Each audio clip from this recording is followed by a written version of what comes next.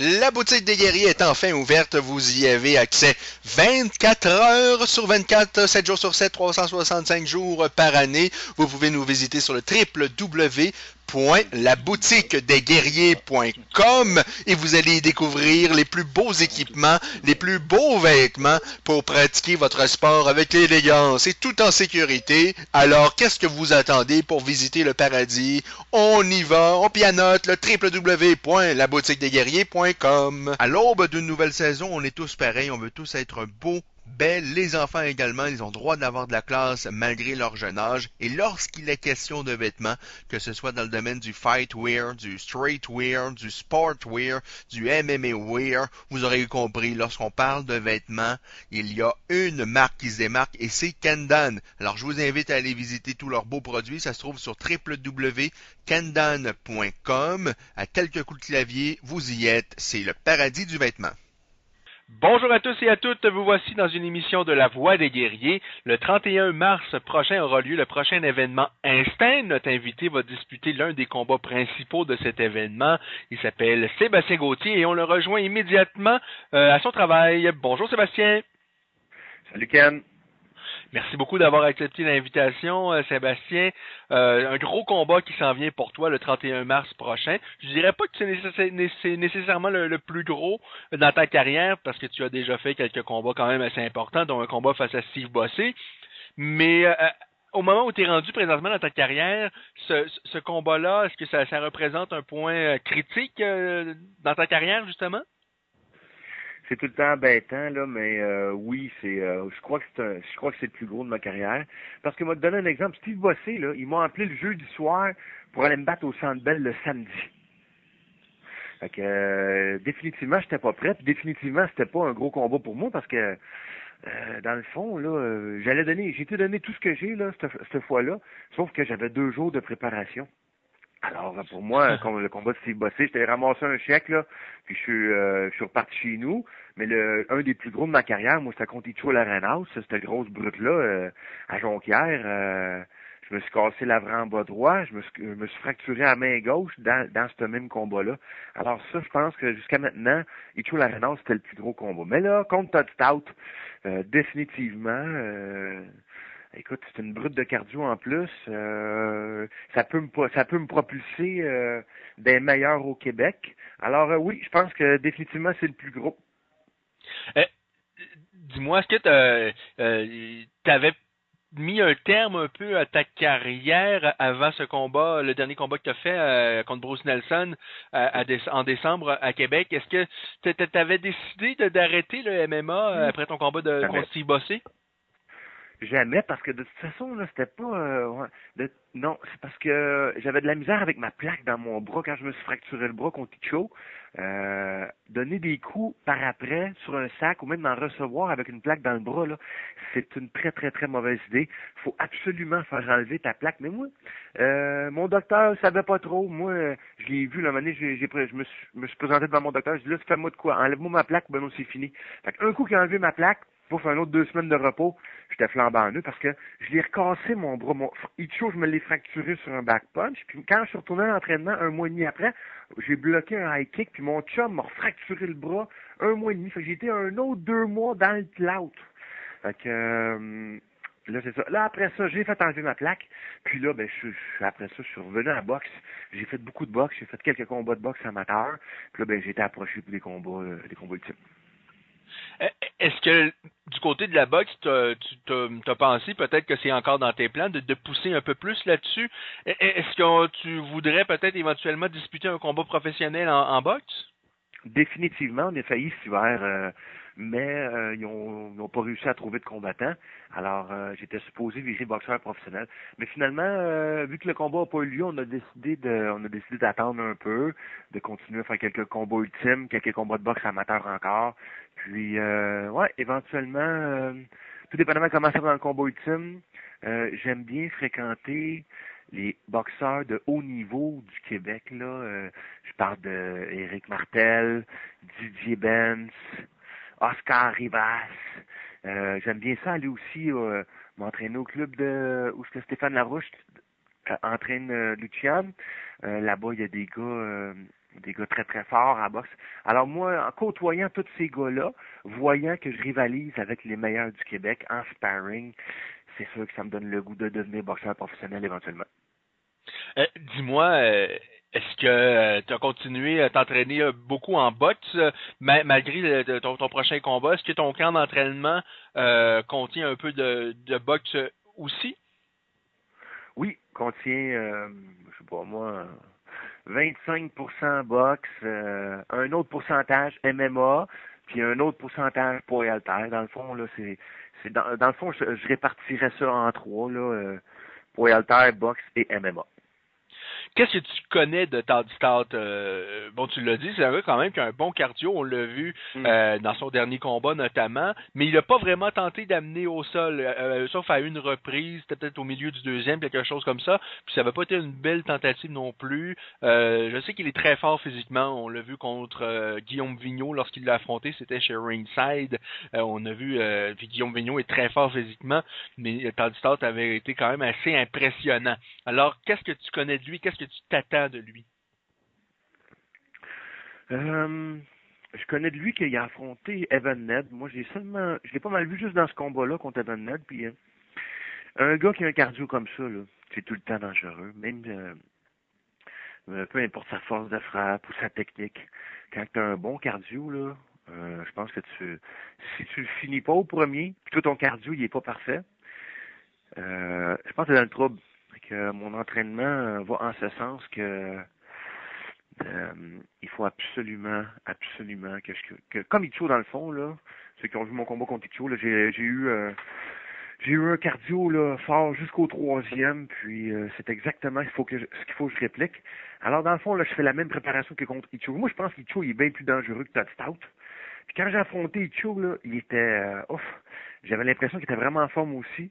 Puis je fais autant de poids et haltères, autant. Dans le fond, là, j'ai réengagé les mêmes gars que quand j'ai affronté Cho. Le même gars qui fait mes poids et haltères, le même gars qui fait ma boxe, puis les mêmes gars qui font mon combo ultime au Spartan à Jonquière. Je m'entraîne avec pas mal la même équipe, là, grosso modo. Puis c'est comme ça que j'ai l'impression que je vais réussir à battre Todd Stout. C'est en devenant moi-même une bête de cardio, puis en étant sage le mois avant mon combat. Le mois. Dis-moi, Sébastien, est-ce que la coupe de poids, c'est difficile dans ton cas parce que tu es quand même quelqu'un qui est assez grand, 205 livres. Je pense au dernier combat, ben, ton adversaire ne l'avait pas fait. Je ne sais pas s'il y avait eu une entente, mais il me semble de mémoire que vous n'aviez pas fait la coupure à 205 livres. Alors pour toi, ça, est-ce que c'est quelque chose qui t'inquiète un peu, la coupe de poids? Contre Bruce Nelson, c'est pas qu'on n'a pas fait le poids, il y avait un contrat de signé avec Yann Pellerin, comme de quoi qu'elle allait se battre à 210 livres. OK. C'est ça qui s'est passé. Alors moi, je me préparais pour Guillaume Vigneault. J'ai été appelé à la dernière minute comme de quoi que Vigneault était blessé. Alors, j'avais le droit. Là, j'étais en train de couper mon poids. Là, j'étais 3-4 jours avant mon combat. Fait que j'étais en train de couper mon poids. Puis là, Patrick m'a dit, OK, c'est beau. Il dit, t'as pas besoin de descendre à 205. Il faut rester à 210, ça va être correct. Alors, pour moi, couper mon poids, là, c'est juste que ça fait en sorte que je me donne une diète. Je vais commencer là bientôt. Là, je suis autour de 226 livres. Là. Je vais, mettons, un mois avant mon combat, là, je commence une diète sévère. De la viande, quelques légumes, de l'eau, puis des multivitamines. C'est pas mal tout ce que je mange dans mon régime, là. Alors, ça, c'est-tu une période que tu détestes, cette espèce de mois qui précède un combat, où vraiment il y a beaucoup de sacrifices? Là. Il y en a déjà avant, l'entraînement, tout ça, mais l'entraînement, j'imagine que tu as du plaisir, sinon ben tu ferais autre chose. Mais tous ces sacrifices-là autour, là, ça, c'est-tu un peu plus pénible? On dirait que j'aime ça souffrir, oui, t'as raison, c'est pénible. Sauf qu'en même temps, ça te tient réveillé, ça te tient en vie. Tu te rends compte quand tu fais une diète comme ça, là, que manger à sa faim, puis manger ce que tu veux, là, avec ta famille, là, manger du dessert, là, c'est plaisant en maudit, là. Fait que là, c'est là que je te dis que c'est souffrir, mais après ça, là, c'est tellement une bonne récompense. Là. Moi, le dimanche matin, malgré ma diète sévère, le dimanche matin, je vais m'en vais avec ma famille, on se paye un brunch le dimanche matin. Ça, je fais quand même attention dans le brunch, je vais pas en cochon, là, mais ça te fait apprécier les moments de la vie. Oui, tout à fait. Je pense que tu as un bagage aussi en judo, Sébastien. Peux-tu nous dire un peu d'où tu viens? Parce que moi, j'ai suivi un peu ta carrière au niveau professionnel. Tu as affronté Stéphane Pinet, qui est l'un de mes amis. Puis on t'a vu rouler ta bosse un peu partout comme ça. Je sais que tu as fait des combats de boxe amateurs, mais on m'a dit également que tu avais fait du judo assez longtemps. Non, ben c'est assez simple. Quand j'ai commencé en judo, j'étais tellement fort qu'ils m'ont quasiment, ils m'ont donné mes ceintures quasiment automatiquement. Je rivalisais avec les plus forts, les ceintures noires. Fait que moi, quand ils m'embarquaient sur un tapis de judo, boum, boum, boum, boum, les ceintures ils déballaient. Fait que je me suis rendu jusqu'à ma ceinture marron. J'ai fait quelques compétitions au Québec, là, quelques bonnes compétitions au Québec en judo, mais c'était pas mal tout mon parcours de judo. J'ai commencé tout de suite les sports du jiu-jitsu avec Martin Brown. Je sais pas si ça dit quelque chose. Sans nous dévoiler, évidemment, sans nous dévoiler ton plan de match contre Todd Stout, est-ce que ce passé-là, ce bagage et cette facilité que tu as en judo et peut-être en lutte aussi, peu importe, est-ce que ça fait partie d'un plan que vous avez étudié? Est-ce que ça pourrait être une alternative pour toi dans ce combat-là contre Todd Stout? Une alternative. Est-ce que ça pourrait être intéressant pour toi de l'amener au sol? Est-ce que vous avez étudié cette possibilité-là? Ah. Je ne répondrai pas à cette question, mais Ça, on va voir le 31 si je comprends bien. c'est sûr que j'aurais tendance à te dire complètement l'opposé de ce que je vais faire. Mais Oui, bien entendu, j'aime autant pas répondre. Dans le fond, là, je vais garder mes secrets pour le 31. Ben, c'est le fun déjà. On a bien hâte de voir ce combat-là parce que moi, c'est un combat qui m'intéresse drôlement. Je sais pas, j'ai l'impression que dans la tête de certaines personnes, Todd Stout est le favori. Mais Oui. Todd Stout n'a pas autant d'expérience que toi. C'est un athlète, ça, il y a pas de doute. Je trouve que c'est un bon athlète. Il est bon techniquement. Il semble très fort physiquement. Mais t'as une bonne boxe. Alors moi, honnêtement, je pense pas qu'il devrait partir favori, mais je pense que ça va être un bon combat que vous allez nous livrer. Et comment? Mettrais-tu Todd Stout contre Icho, là? D'après moi, Icho mange Todd Stout. Puis moi puis Icho, ça fait une guerre, là. Oui, j'ai remporté une décision partagée contre Icho Larenas, mais je pense pas qu'il devrait partir favori. Puis ni moi non plus, hein. Je pense vraiment que c'est serré. Puis je vais te le dire, là, je m'entraîne fort pour ce combat-là. Je veux pas avoir l'air d'un clown au troisième puis de cardio, là. Ça va se battre fort, puis ça va se battre 3 rounds d'après moi. Sinon, on va voir. On va voir ce qu'il va faire sur le dos. Ouais, on a beau dire que les muscles, c'est pas si important que ça, mais quand tu t'es retrouvé face à Icho Larenas, c'est un peu avant ça, quand on t'a dit, ben, tu vas affronter Icho Larenas, qui, pour ceux qui ne le connaissent pas, Icho, c'est vraiment un monstre de muscles, là. Arnold Schwarzenegger avait l'air d'un poids léger aux côtés de lui. Ouais. Lorsque tu t'es retrouvé face à lui, tu t'es dit dans ta tête, qu'est-ce que je fais ici? Ouf. Hey, moi, te le dire, là, c'est drôle que tu me parles de ça, mais jusqu'avant, j'ai passé la pesée de la vie, mais quand l'arbitre nous a dit fight, là, je l'ai vu arriver, là, puis on a des petits gants, hein, je l'ai vu arriver, j'ai dit wow! J'ai fait un saut, ok, mais quand il m'a donné les premiers coups de puissance, ça a sifflé autour de mes oreilles, je dis, si ce gars-là me pogne, il va me tuer, tu sais. Fait que je pense pas que ça va arriver contre Todd Stout. C'est plutôt, là, il va falloir que j'y aille méthodiquement, là, parce que il est pas essoufflable.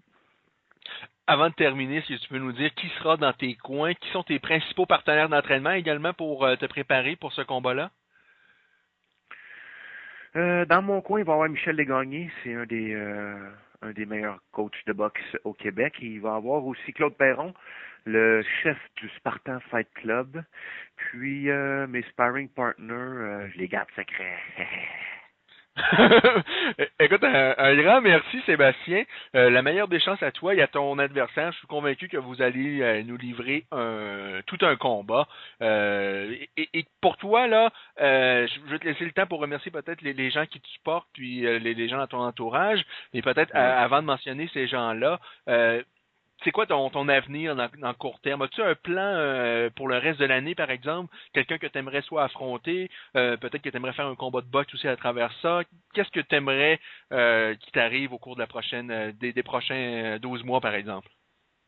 La seule chose que je souhaite, là, j'ai un contrat de 3 combats avec Instinct. La seule chose que je souhaite, c'est de gagner mes 3 combats. Peu importe c'est qui.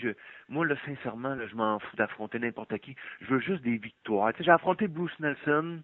Peu importe là, que c'était un gars qu'il fallait que je batte ou pas, ou peu importe son background à lui. Je veux que peu importe qui me donne, ben moi, je veux sortir gagnant de ça. Je veux juste faire du combat. Je me concentre vraiment au combat ultime pour la prochaine année, les prochains temps. Des grosses victoires. Plus tu gagnes, plus c'est payant. Puis après ça, c'est ça. J'ai pas vraiment de plan, moi te le dire, puis j'ai pas vraiment personne non plus OK. en ligne. C'est sûr, s'il y aurait quelqu'un qui aurait une ceinture, je voudrais affronter le gars qui a la ceinture, là, tu sais. Aujourd'hui, D'ailleurs, là. D'ailleurs, le plan d'instinct de ce que Stéphane Badry nous avait dit, c'est qu'on veut faire 5-6 événements, puis après 5-6 événements, parce qu'il y a un classement, d'ailleurs, les gens peuvent aller voir ça sur instinctmma.tv, aller voir le classement par catégorie, et au 5e, 6e événement, il veut faire un événement à laquelle les meilleurs de chacune des catégories s'affrontent pour une ceinture. Si jamais tu te retrouverais, est-ce que tu aimerais avoir la chance d'affronter, puis là, Steve Aussie va peut-être descendre à 185 livres ou pas? Ouais. L'avenir nous le dira.